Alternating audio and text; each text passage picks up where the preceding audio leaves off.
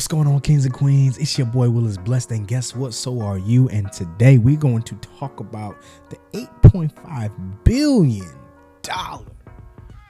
for Texas schools and how speakers can be able to benefit from it. All right. And so listen, man, I'm gonna talk about how you guys can be able to just really tap into this and position it. But $8.5 billion for Texas education is crazy. And I know Greg Abbott is not the only one that's focusing on education. So I will continue to update you guys with a bunch of different types of things that's going on in the world right now as it relates to the Department of Education and all things education, because that's the lane that we in, and that's the lane that we've been dominating for the past decade and a plus, right? So I first want you guys to understand, just because you see money doesn't mean that you're going to have some of it. Let's just be real. A lot of times, like, we say, $8.5 billion or $5 million. Like, I can be a part of that. I can get that like all day, every day. No, that's not the way this works, right?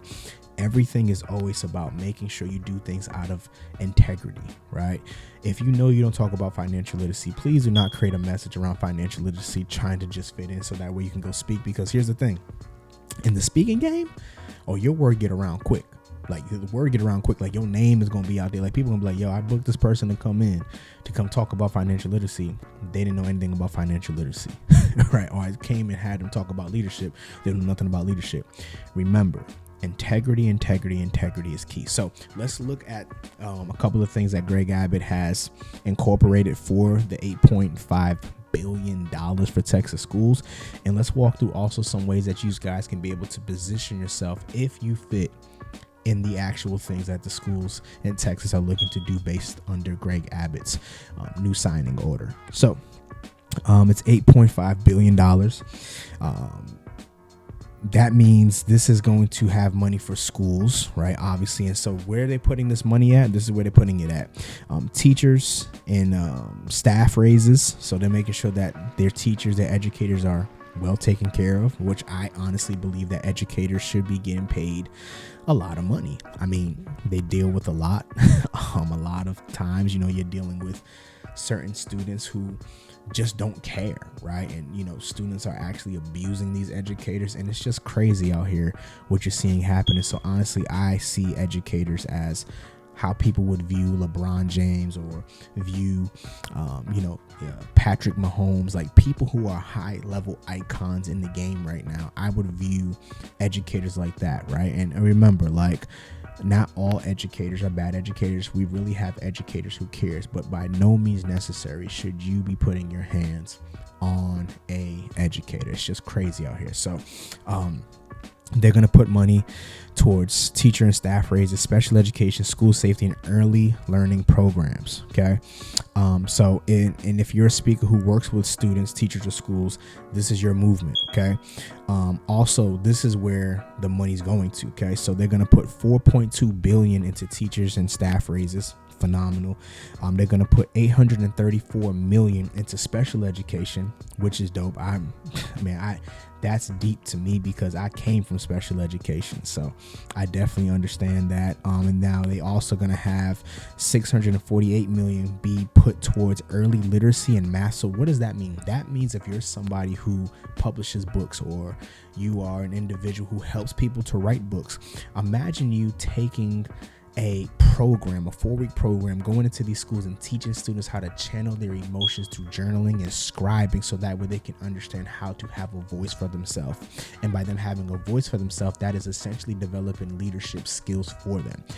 They want to take that. That's a bar right there.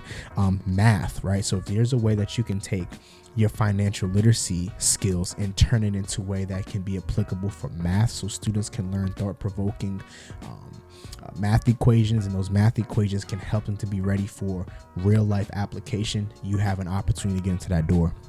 $430 million for school safety improvements. So that means we're talking about not just security guards, but we're talking about vaping, we're talking about fighting, right? These are all different types of ways that you guys can position yourself to get in there and make that happen. And then $1.3 billion general operating costs, like buses, energy, and insurance. Okay, so that's where the funds are going. Now here's three moves that I honestly feel that you guys can make happen. Okay, position your message. Okay, so don't just say I'm a motivational speaker. That's one of the biggest pet peeves that I have. People are like, I'm a motivational speaker.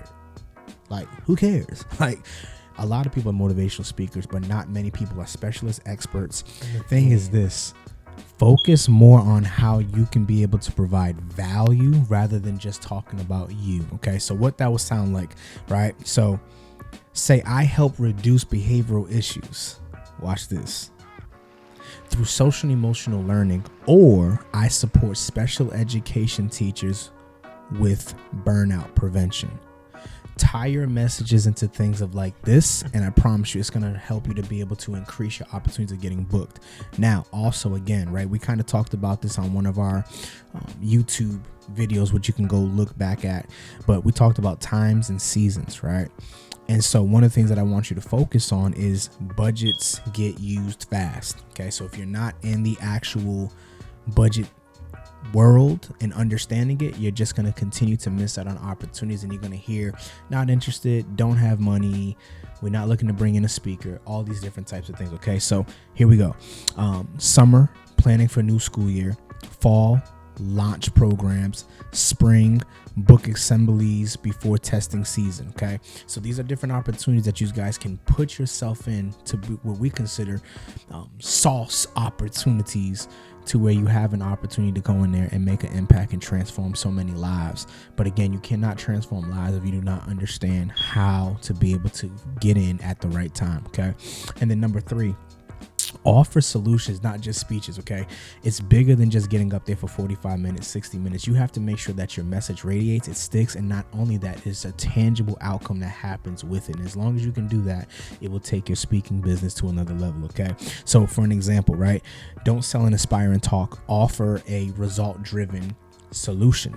Okay, for an example, this workshop improves literacy engagement in 3rd graders, right? Or in grades 3 to 5. Okay, my talk reduces school incidents by teaching emotional regulation.